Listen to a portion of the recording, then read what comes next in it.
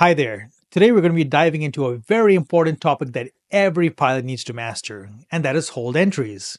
Whether you're preparing for your instrument rating, preparing for your simulator evaluation at a regional airline, or brushing up on your IFR skills, knowing how to properly enter a hold is absolutely crucial for safety. The three hold entries that you must know are the direct hold, parallel hold, and the offset hold, also known as the teardrop hold entry.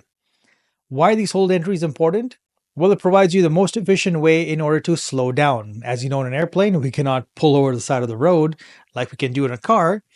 But when you fly into a hold, you can have the most fuel efficient way in order to stay at one point in space and await ATC to bring you in. By the end of this video, you'll be really confident in entering the hold. Now, let's take a look. For example, if air traffic control were to say, cleared to the Yankee Yankee Zulu VOR, to hold northeast on the 030 degree radial, standard turns, maintain 5,000, expect further clearance at 2030 Zulu. You take the clearance down, you repeat it back to ATC, and ATC replies back that the readback is correct. If there's any changes, they'll let you know to read back the clearance again. But let's say you've done it correctly. Now what you have to do is set up for the hold. Just quickly looking at the chart here, a radial of 030 degrees is on the northeast corner of the VOR station. And let's assume that we are to the southwest of the station.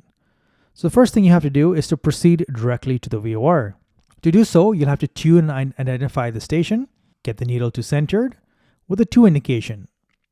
And let's assume that the heading on top of your VOR indicator says 040 degrees. So then you have to turn the aircraft to a heading of 040 degrees to proceed directly to the station. And what I have done for visualization purposes, I've also drawn the racetrack on that radial of 030 to show the correct orientation of the racetrack.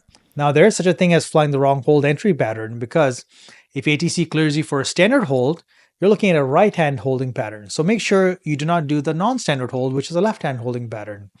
As well as, if you fly the wrong hold entry, you might actually end up on the unprotected side of the airspace, which could be a mountain in that area or other traffic. So it's very important that you follow the correct hold entry patterns. Once we're proceeding directly to the VOR station, next we have to use our heading indicator this time and determine the hold entry. You can see 040 degrees is on top because we've turned the aircraft to the station. This is an important step because unless we're pointing directly at the station, you cannot determine the hold entry using this method. So now that we're pointing to the station, we can now take our pencil and keep it horizontally like that on the heading indicator. Now, because it's a right-hand turn racetrack pattern, we can tilt the right-hand corner of the pencil up by 20 degrees. And by doing so, we can divide the heading indicator into 3 pies. The biggest pie is the direct entry, the second biggest pie is the parallel entry, and the smallest sector is known as offset, also known as a teardrop entry. The next step is pretty simple. All you have to do is to input in the radial we're cleared on.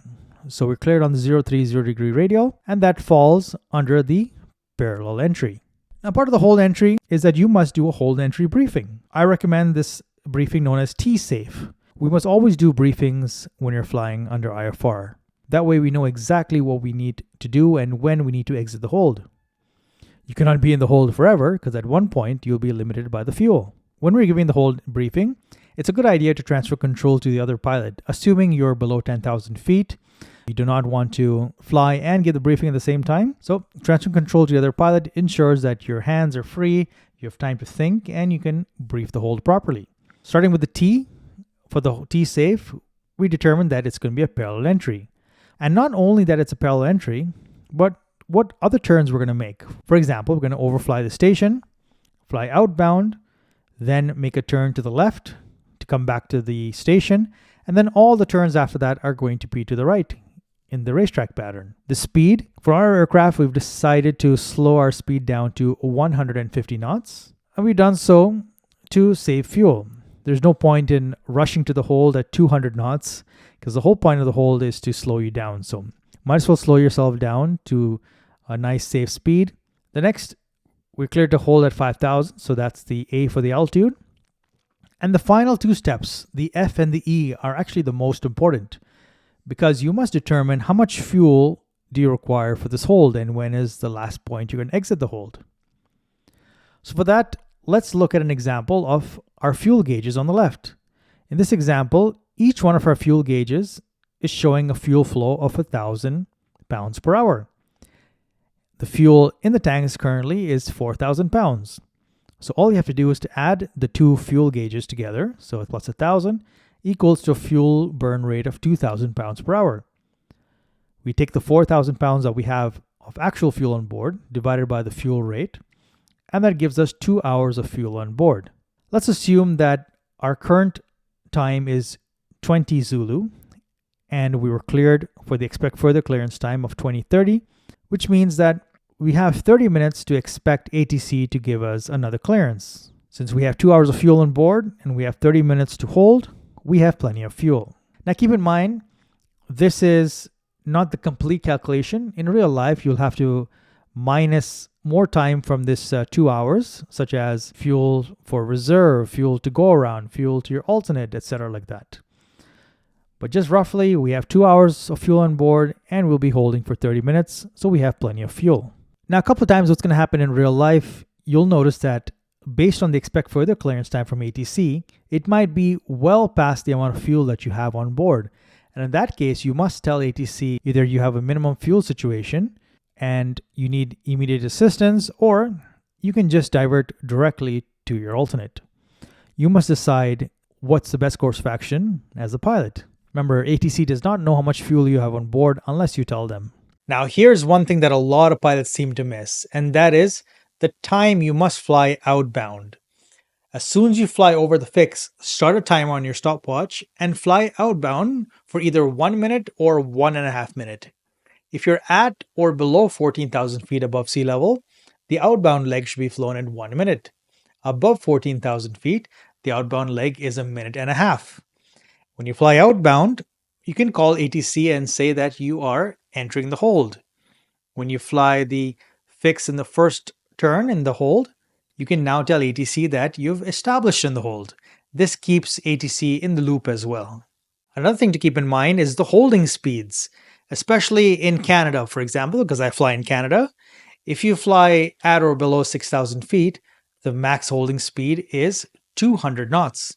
Above 6,000 feet, so that is actually technically 6,001 feet, up to 14,000 feet, the max holding speed in Canada is 230 knots. And above 14,000 feet, the max holding speed is all the way up to 265 knots.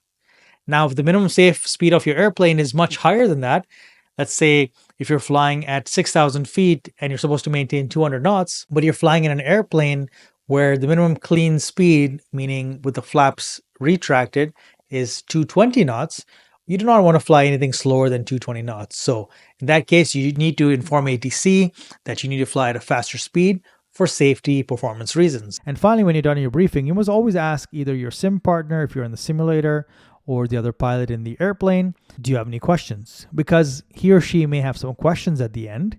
And if you ask them, do you have any questions, they might bring up something that's of a good concern that you didn't think of before. And it also shows good crew resource management because you've involved the other pilot. Let's say they don't have any questions. You can now take control back from, let's say they've asked you some questions, you've answered it together, worked out a solution together. Now you take control back from the other pilot and you fly the hold. And when you fly the hold, it's a good idea to announce to ATC when you're directly overhead the beacon and call entering the hold. And the second time around, when you are flying on the downwind leg, you can call established in the hold. All right, hopefully this lesson helps, and we'll see you in the next video.